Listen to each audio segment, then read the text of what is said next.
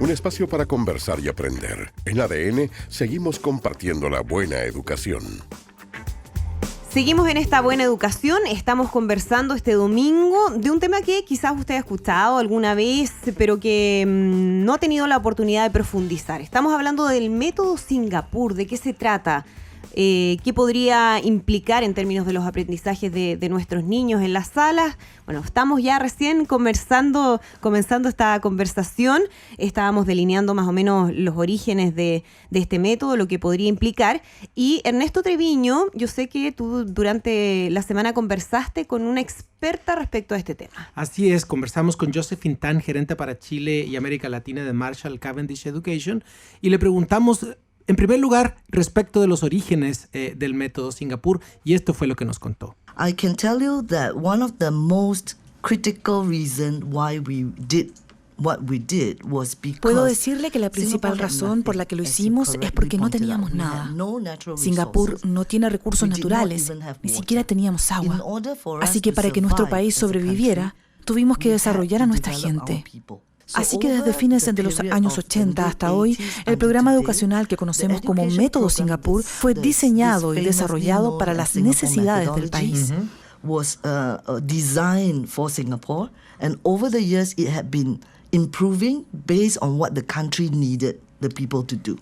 Bueno, como escuchamos, el origen del método Singapur tiene que ver con la necesidad de este país falto de recursos naturales, de invertir en algo que le trajera prosperidad, y ellos decidieron invertir en su población, en educación para la población. Y sí que ha tenido resultados, ha tenido impresionantes resultados, pero también surge la pregunta de, bueno, la cultura asiática y la cultura chilena no serán tan distintas como para pensar en que este método pueda usarse en Chile, y esto es lo que Josephine Tan nos comentó al respecto. So the Singapore methodology is one solution that can apply to Chile.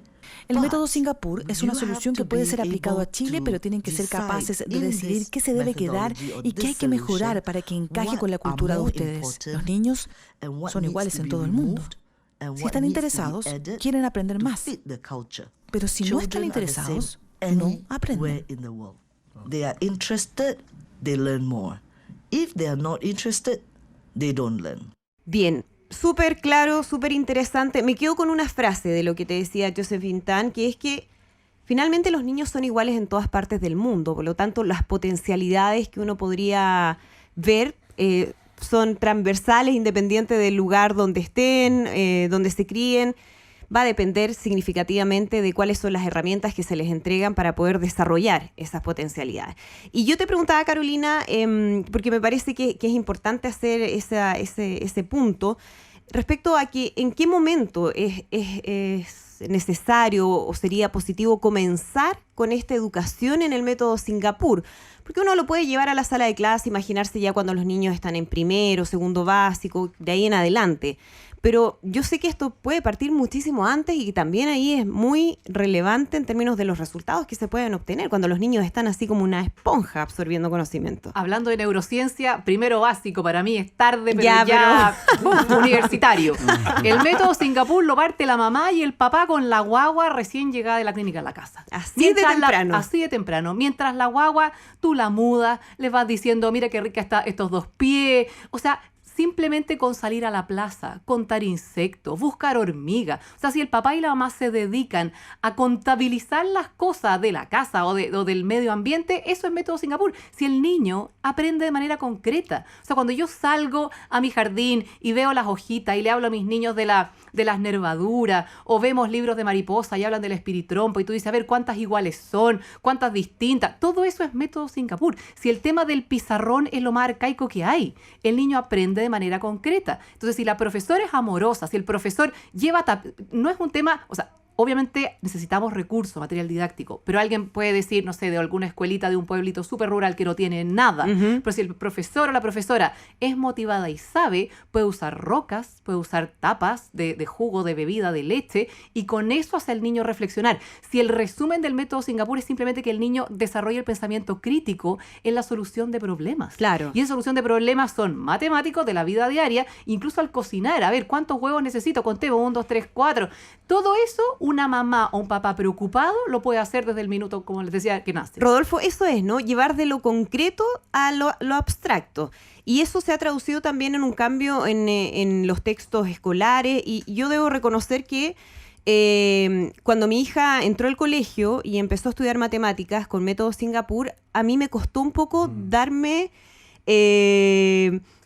cuenta y entender cuál era la lógica de la enseñanza de ella, porque uno viene súper seteado con cómo a uno le enseñaron matemática. Entonces yo veía unos gráficos, unos circulitos por todos lados y trataba de entender y no me fue tan fácil como pensé que podía resultar. Y eso es porque uno ya tiene tan en la cabeza el chip del ejercicio tradicional, ¿no? De esto del pizarrón que a uno nunca más se le salió, aunque quizás no en la práctica no sirve de mucho, que cuesta hacer ese cambio. Pero vemos ya en los textos escolares nuevos que sí hay una diferencia significativa con lo que había antes. Bueno, hace rato en realidad. Ahora, tengo que decir que no solo se basa en la neurociencia, hay investigaciones que han sido recogidas desde la década del 60, 70, 80. La gente de Singapur, nosotros tenemos alianzas. Santillana hizo alianza con Marshall Cavendish Education. Ellos nos buscaron, nos llena de orgullo que elijan a Santillana para ser su partner local, porque efectivamente estos proyectos necesitan una cierta adaptación local, ¿no? No solo para las unidades de medida, para las referencias geográficas, de situar lugares que no existen en este país, sino porque igual hay una presión que ejerce los test estandarizados. SIMSE mide currículum. Y si ese currículum no está instalado en el texto escolar, igual el profesor hace una excelente lección, una buena propuesta en aula, pero finalmente cuando le toman la foto, que es el examen SIMSE, si tú no cubriste los contenidos en esa secuencia, en esa profundidad, te puedes desviar. Y te pueden decir, bueno, hiciste una buena lección, pero te fue mal. No obstante, matemáticas tiene una gran ventaja, es un currículum muy estructurado, es muy difícil que la secuencia se enseñe de una manera muy distinta en Chile o en Singapur o en Corea, donde sea. Por lo tanto, los chicos tienen ahí una posibilidad de adaptarse fácilmente al uso de estos materiales, ¿no? Nosotros estamos re contentos, debo ser sincero. Tenemos una oferta de textos desde Santillana hace mucho rato en matemáticas, 47 años generando material escolar, pero también somos conscientes de que las alianzas y la apertura para recibir otras metodologías exitosas y probadas le hacen bien a los niños y a los profesores de nuestro país. Vamos a seguir conversando respecto a este famoso método Singapur. Está súper interesante. Seguramente los papás también, profesores, tienen preguntas, ¿no? Todavía. Vamos a seguir profundizando en este tema. Pero queremos revisar también lo que ha sucedido esta semana con la contingencia. Nunca nos olvidamos, ¿no? de otros temas que están discutiéndose en educación. Y lo revisamos como todos los días domingo en la Semana con Educación que prepara Juan Pablo Moraga.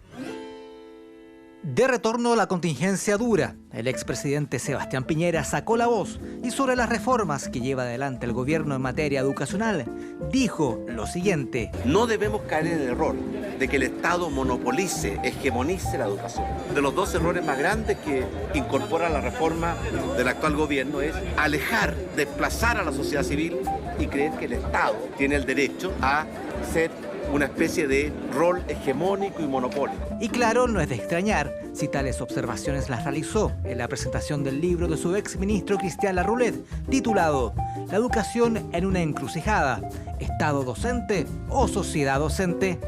Aún así, le preguntamos su opinión a la ministra Adriana del Piano. ¿Está de acuerdo con las declaraciones del otrora mandatario? No comparto para nada. Me parece que está totalmente a la vista. Creo que un ejemplo muy concreto es justamente carrera docente. Carrera docente ha tenido un apoyo transversal en el Parlamento de los distintos sectores políticos. Claramente no cayeron nada de bien. Sobre todo cuando en el Parlamento el proyecto de carrera docente al fin parece avanzar. Con la presentación de indicaciones sustitutivas, los profesores parecen estar ahora tranquilos. En especial porque sus sueldos base verán un importante incremento. ¿Quién lo explica? Pues su presidente, Jaime Gajardo. Lo que hay hoy día es que un profesor con 37 horas entra al sistema con un promedio de 500.000 pesos y fracción. Hoy en día ese mismo maestro o maestra va a entrar con 800 y un poco más de fracción en sueldo inicial. Pero la mayor sorpresa de la semana vino de la mano de la presidenta Michelle Bachelet. Lejos del país, en gira por El Salvador y México, lamentó los contratiempos que han sufrido algunas de sus reformas en materia educacional y usó la palabra bloqueo para graficarlo. Debo decir que el proceso político de concreción de este cambio estructural no ha sido fácil. Muchas de las transformaciones que propusimos al país requieren modificaciones legales y amplios diálogos con actores sociales y políticos. Muchas veces no es fácil superar los bloqueos ni los avatares de la contingencia. ¿Avanzará el proyecto de carrera docente en el Parlamento? ¿Imperará el bloqueo? ¿Entrará otro expresidente al debate educacional? Preguntas que podrían tener respuesta en 7 días más, en una nueva Semana con Educación. Una pausa en ADN y ya vuelve la buena educación.